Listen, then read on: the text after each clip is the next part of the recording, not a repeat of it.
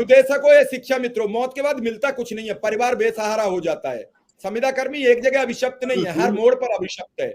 चाहे पेट की बात हो, चाहे नौकरी की बात हो, वेतन की बात हो, बच्चों की बात हो, हर मोड़ पर अभिशप्त है, उसके लिए अभिशाप है। उड़ीसा सरकार ने वो अभिशाप समाप्त कर दिया कि कोई भी नई नियुक्ति अब संविदा पर नहीं होगी।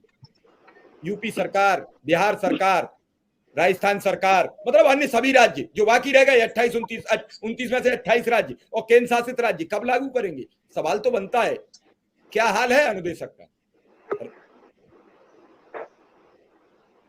जी उदयवान सिंह। जी सर, बहुत बहुत प्रणाम आपका। आपकी आवाज से बहुत सारे लोग, आपकी बात पे बहुत सारे लोग अपना गम भूलते हैं। स्थिति तो बहुत दयनीय है हम लोग की, खासकर शिक्षा मित्र, अनुदेशक और जितने संविदा कर्मी हैं। ये हालत है कि ना हम घर के रह गए ना हम घाट के रह गए। जवानी पूरी निकाल दिया सरकार के कामकाज में। उसके बाद में स्थिति ये है सर कि कहीं के नहीं रह गए। न बच्चों के लिए कर पाए, न पत्नी के लिए कर पाए, न समाज के लिए कर पाए। विद्यालय में भी आजकल कोई अगर सांत्वना भी देता तो लगता है कि बहुत हे दृष्टि से हमें देख रहा है। आखिर कारण क्या है इन सब चीजों का? सबसे पहले सर, जब हाई कोर्ट से समायोजन रद्द हुआ था तो माननीय योगी जी जब सांसद थे, मुख्यमंत्री नहीं थे, सबसे पहला वक्तव्य इन्होंने दिया था कि जो है सर कि सरकार के पास में 50 रास्ते होते हैं अगर उसके जहन में कार्य करने की मंशा हो तो। लेकिन आज तक हमारी समझ में नहीं आया, लगभग 6 साल होने वाले हैं सरकार को, आखिर हम लोगों से कहां से क्या दोष है। जब समायोजन रद्द हुआ सर तो 17,000 रुपए का शासनादेश हुआ। फिर पता नहीं अंदर की क्या स्थिति हो गई, जो 17,000 का शासनादेश रद्द करके 10,000 पे लाके पटक दिया, वो भी मात्र 11 माह के लिए। आप अच्छी तरह जानते हैं सर 10,000 रुपए में क्या होता है, कैसे जीवन यापन होता है। बहुत सारे हमारे साथी ऐसे हैं कि जो सर उनके पास एक भी दीवार नहीं है, फूस की दीवार में रहते हैं, फूस के छप्पर में रहते हैं।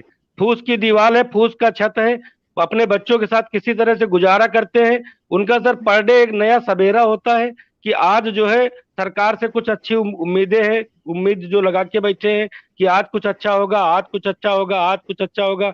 एक नई सुबह जो आती है वो एक उम्मीद के सहारे आती है और रात तक वो बस उम्मीदें के सहारे में कट जाता है। आखिर सर ये कब तक ऐसे होता रहेगा?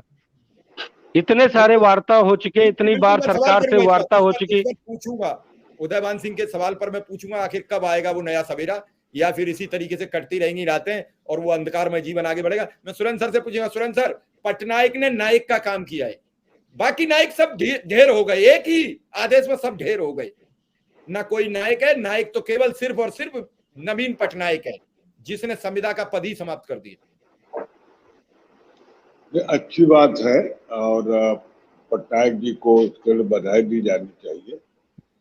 और मैं समझता हूँ कि पूरे देश में ये संविदा की स्थिति समाप्त होनी चाहिए। मुझे याद आता है कि बहुत साल पहले संविदा पर लोग अगर रखे जाते थे तो पहली बात तो सरकार की ओर से रखे जाते थे और वो 7-6 महीने बाद फिर रेगुलर जॉब में उनको एब्जॉर्ब कर लिया जाता था। ये खेल बाद में शुरू हुआ कि संविदा पर नियुक्त कर दीजिए और फिर उनको परमानेंट जॉब मत दीजिए। फिर एक खेल नया शुरू हुआ कि संविदा भी सरकार के बजाय जो किसी न किसी प्राइवेट ठेकेदार को